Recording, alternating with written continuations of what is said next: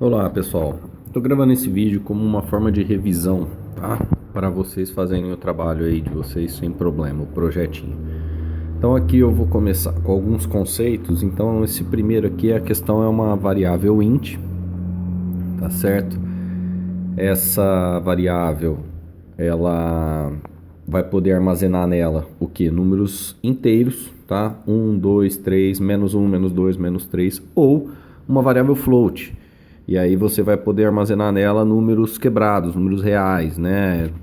3,5, menos 3,5, enfim, esse tipo de numeração. Então, quando você for trabalhar com divisão, números quebrados, alguma coisa desse tipo, é interessante utilizar a variável float, tá certo? Aqui no caso a gente vai utilizar a int mesmo, tá? Inteiros, que a gente não vai precisar trabalhar com números quebrados.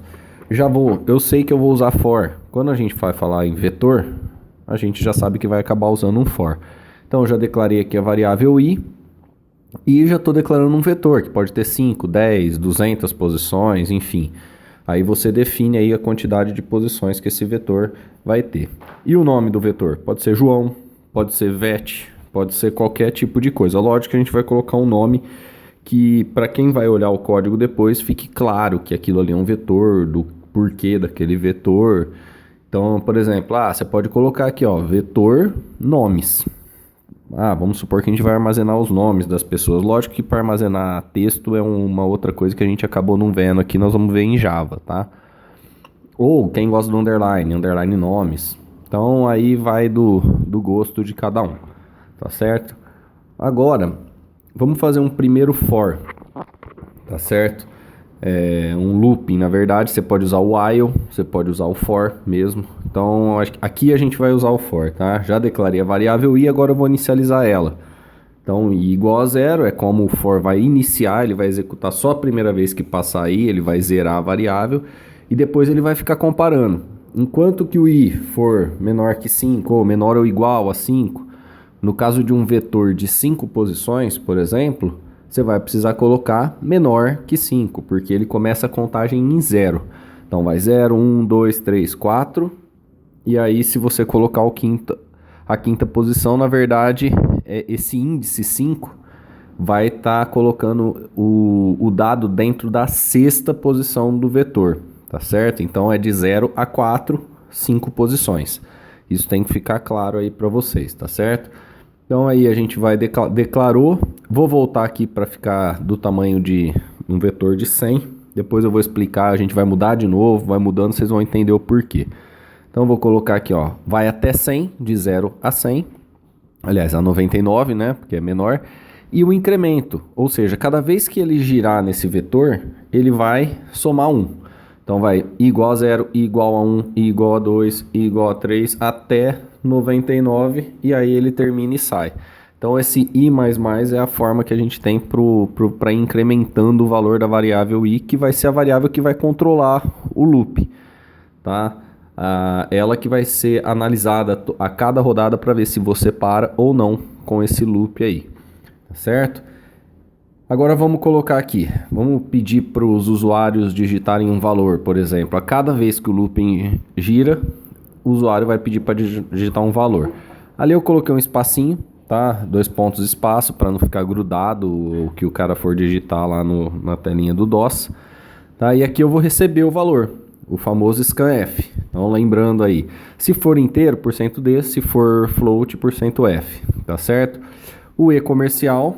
Tá? Esse eu não vou entrar em detalhes, tem a ver com posicionamento de memória e tal, mas eu não vou entrar em detalhes aqui. Quem tiver interesse, basta procurar na internet aí que vocês vão achar um monte de referência explicando isso. Tá? Para o nosso curso a gente não vai entrar nisso.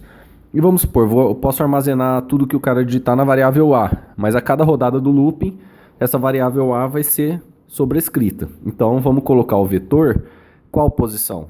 Posição 1, 2, 3, 4, cada vez vai ser uma.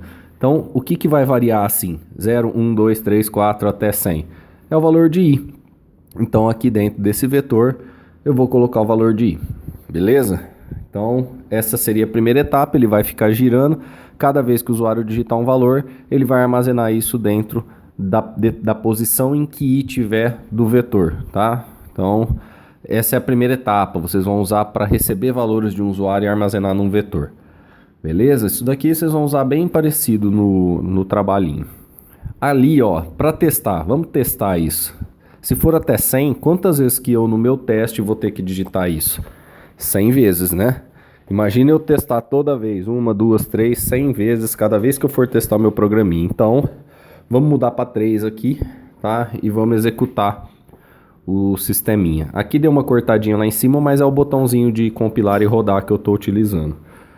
Bom, digite 1, 2, 3, vocês viram que andou 3 vezes, de 0 a 2, 0, 1, 2, ele digitou 3 vezes. Voltar aqui o 100 e deixa ele aí, depois a gente vê o que faz com ele.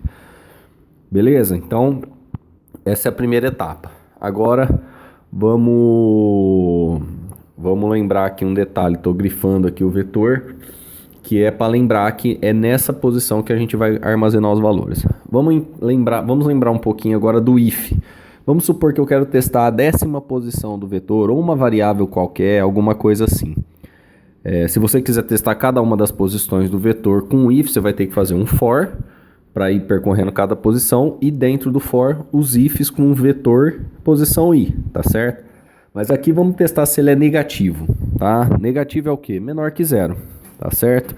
Então, vetor, a posição 10 que eu quero testar, é só um exemplo, senão eu entrego o exercício inteiro pronto, tá? Se eu quiser testar a posição 10, verificar se ela é menor que 0, ou seja, faço esse if aí, se for menor que 0, ou seja, negativo, e mando imprimir, o valor é negativo, tá certo? Então, digitando aqui, o valor é negativo. Vamos lá. Pronto. Aí, e se eu quiser verificar agora se o valor é positivo, maior que 0? Aí é só inverter aqui, né? Coloca maior e aí eu vou colocar que é positivo. Só consertando ali na linha de cima, em vez de negativos, é negativo.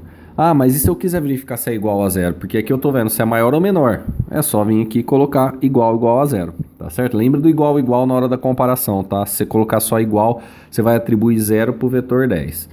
Beleza? Mas eu não gosto disso, eu gosto de usar o else. Simples. Você vai fazer essas verificações dessa forma, else if e depois um else. Por quê? Porque se não for maior e não for menor, ele é o quê? Ele é 0, tá certo? Então também tem essa opção. A gente pode também trabalhar, por exemplo, para verificar se um número é par ou se um número é ímpar. Então, deixa eu copiar aqui essa parte. Vamos descer um pouco. Aí eu vou fazer um negócio que chama módulo. Então, ó, essa operação aqui que eu estou selecionando dá um resultado. Qual que é o resultado? O resto da divisão. Então, por exemplo, se você dividir, se o valor que tiver dentro do vetor na posição 10 for 5, quanto que vai dar o resto da divisão por 2? 1. E se for 4? 0. Ou seja, tudo que é divisível por 2, 4 por 102, qual que é o resto da divisão? 0. 6 por 102, qual que é o resto da divisão? 0. Então, isso significa que o número é par. Então, ó, se o resultado da operação vetor 10 por 102 for igual a 0, é par. Então, você pode pôr o if aqui e aí você escreve o valor é par, tá certo? Vamos executar, ver o que acontece aqui. Olha lá, ó. Digite um valor, aí a pessoa vai digitando, opa, peraí, deixei o valor 100 lá, vou precisar digitar 100 valores, vamos mudar aqui, colocar menos, vou colocar 11 porque o vetor aqui a gente está testando a posição 10, ou seja, o que é a posição 10? De 0 a 9, né? Você já sabe o que vai acontecer. Então, olha lá, ó. Lá em cima fica um pedacinho, 1, 2, 3, 4, 5, vai até 11, e aí o valor é positivo, tá certo? Ele já entrou no if ali atrás e vamos contar aqui. Foi 1, 2, 3 até 11, ou seja, são 11, são de 0 a posição 10, tá certo? Então certinho o looping lá, ó, vai de 0 a 11, só que é menor, então, ou seja, vai de 0 até o número 10 certinho de posições. São 11 posições. Tá certo? É na 11ª posição do vetor, só que como o índice começa em 0, de 0 a 10. Acho que isso aí ficou claro, né? Então agora ali eu estou verificando, ó, o valor não é 11 da posição 10. Então Então, ó, 11%, né, que é o módulo de 2, qual que é o resto da divisão de 11 por 2? É 1. Então, não imprimiu nada. Por quê? Porque ele só está imprimindo o valor é par. Agora, vamos pôr um else aqui, coloca o valor é ímpar, aí ele já vai aparecer sem problema algum. Tá certo? Agora aqui para finalizar, vamos ver uma coisa aqui. Vamos colocar mais uma operação aqui usando o for. Que é para quê? Para realizar a soma, por exemplo, dos números de 0 a 10. Tá certo? O i não vai de 0 a 10 aqui, ó. Aliás, vamos mudar para 10 aqui. Vamos colocar que o i vai de 0 a 9. Então ele vai somar tudo. 1, 2, dá 3. 3 com 2, com 3 dá 6.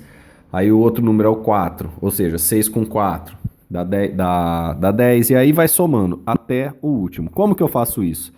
Olha aqui, ó. Soma é igual a soma mais i. Beleza? Criei a variável soma lá em cima. Preciso inicializar ela em 0. Então, igual a 0 aí, tá? E aí, por que eu zero ela? Toda variável precisa ser zerada para começar, tá? Você não pode começar... Zerada não, você põe um valor nela. Por quê? Porque senão fica lixo na memória. Olha o i, ó. O i, ele não está inicializado na primeira linha, mas a primeira vez que ele usa, ele coloca 0. Aqui também nesse for. Então, a soma eu vou inicializar ela em 0. 0 mais i é igual a soma. Então, primeira rodada do loop. O i igual a 0, soma igual a 0. Soma mais i dá 0. Segunda rodada do loop. O i não vai estar valendo 1. Então, se a soma está 0 e o i valendo 1, qual que é o resultado dessa operação? Dá 1. Armazena em soma. Rodou de novo o loop. Quanto que vai estar valendo soma? Não é 1? 1. E o i? Aí o i já está valendo 2. 1 mais 2, 3. Aí soma, passa a valer 3. Aí vai ficar girando. Cada vez o i vai sendo incrementado e cada vez a soma vai ficar armazenado nela o resultado da última operação. Tá certo? Até chegar no final do valor total. Beleza? Então, essa que é a ideia aí. Se você quiser colocar, por exemplo, para o valor de i até 100, você vai somar todos os valores, de 0 até 99, no caso, né? Se você colocar aí menor que tal. E se você quiser somar todos os valores de um vetor, o que você vai colocar? No lugar de soma, você coloca o vetor de 100. Ah, eu quero multiplicação. Em vez de mais, você põe vezes, né? Que é o asterisco. Um detalhe da multiplicação. Não pode inicializar ela em 0, porque senão sempre você vai ficar multiplicando por 0 e aí vai terminar em 0. Vocês podem até fazer o teste aí, tá certo? Então é basicamente isso daí que é a ideia. Esses conceitos, gente, eu tô passando, não tô dando de bandeja de exercício, tô até mostrando bastante coisa, mas é importante que vocês entendam. E outro detalhe aqui, comentem o código que vocês forem enviar pra gente conseguir corrigir, entender o que vocês estão querendo dizer com esse código. Então, fiquem atentos a isso. É importante que isso tudo esteja bem claro. Então, por exemplo, olha aqui, ó, recebendo os valores digitados pelo usuário e armazenando no vetor.